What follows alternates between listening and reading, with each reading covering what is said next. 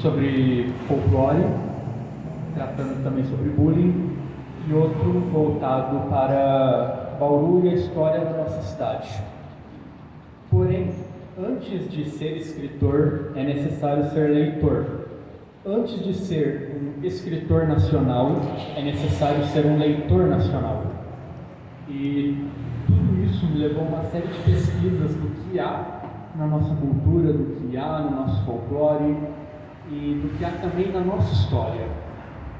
Eu costumo dizer, já ouvi isso várias vezes, que existem dois tipos de narrativa. Nós temos em primeiro plano uma história com H, que vai contar dos bondosos imperadores que acabaram com a escravidão no Brasil, do golpe democrático, dos bons presidentes que vieram depois, mas que foram tirados por Getúlio Vargas e afins, da construção grandiosa de Brasília. Porém, existe um limbo que essa história com H muitas vezes repercutida nos documentos oficiais e nas escolas nunca conta. E a partir daí cabe à literatura trazer. É ela que vai contar como aconteceu a abolição da escravatura em um império que era completamente dependente disto, dos presidentes que vieram depois no golpe que trouxe a derrocada do império. Muitos deles se enfureceram com o fim da escravidão e exigiam reparações. Eventualmente, governos que vieram tornaram-se repressivos, outros ainda assim repressivos, porém menos. A construção de Brasília, que matou muitas pessoas num sonho louco de construir uma cidade, fazer um projeto de 50 anos em 5, mas que pagou-se com sangue e economicamente pagou-se 50 anos após, praticamente. Uma dessas histórias, que pouco é contada, é a respeito de Jorge Amado. E por que ele é tão importante e por que eu estou trazendo ele hoje? Quando ele começa a escrever, o primeiro livro dele, O País do Carnaval, é algo completamente diferente do que ele vai retratar posteriormente. Quando ele começa a se envolver com literatura nacional mais afincadamente, e com literatura também russa, ele decide escrever sobre Brasil. Ele tira o segundo livro da editora, que estava para ser publicado, e escreve Cacau, contando uma história daqueles muitos descendentes de escravos que passam a trabalhar para fazendeiros, e cuja situação não difere tanto. A escravidão, de certa forma, continua, porém com outros nomes, e sem castigos corporais que fossem tão evidentes, mas ainda assim que existem, e um preconceito tremendo. E a partir daí Jorge Amado começa a fazer uma construção do que é o povo. Alguns podem estar se perguntando, por que um escritor de tão longe? E a resposta seria, porque ele ainda lembra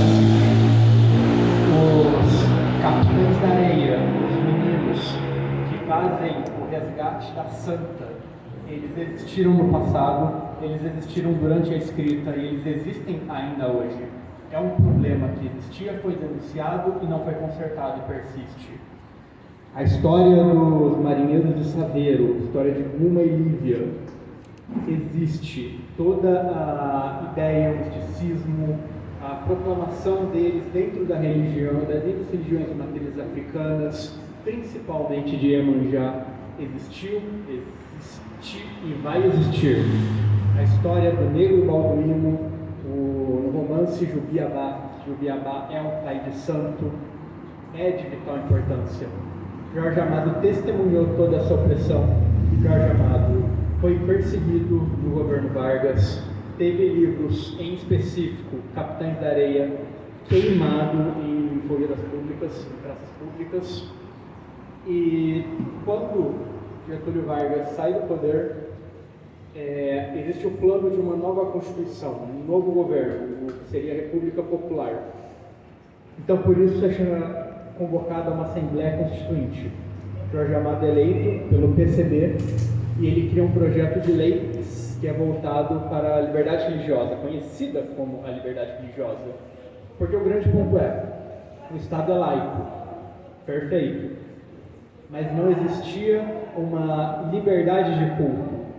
E essa ausência de liberdade é muito denunciada nos livros e continua sendo.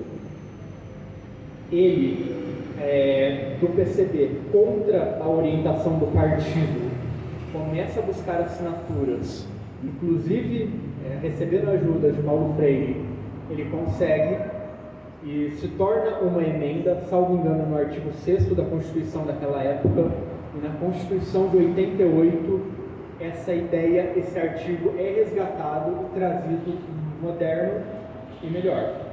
Mas toda essa ideia de garantir uma liberdade de culto, ela começa com um escritor que dormiu com os capitães da areia, com um escritor que bebeu com os marinheiros do cais e que fez samba junto aos vagabundos da Bahia. E quando digo essas palavras, não é em tom pejorativo de ofensa, são palavras que ele mesmo utiliza.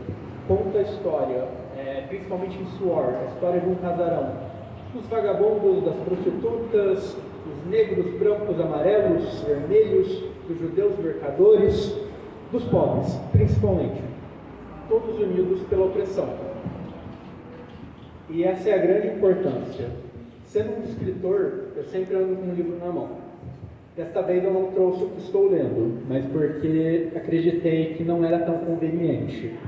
Então trouxe um livro que para mim melhor e mais retrata as religiões de matrizes africanas que eu tenha lido até o momento, que seria Mar Morto, contando a história dos marinheiros de Saveiro, uma história de amor específico de Buma e Lívia.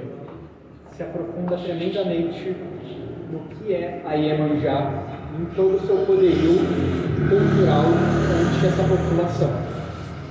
Então eu deixo essa pequena lição, espero que tenham apreciado, e uma indicação de um Jorge Amado. Obrigado.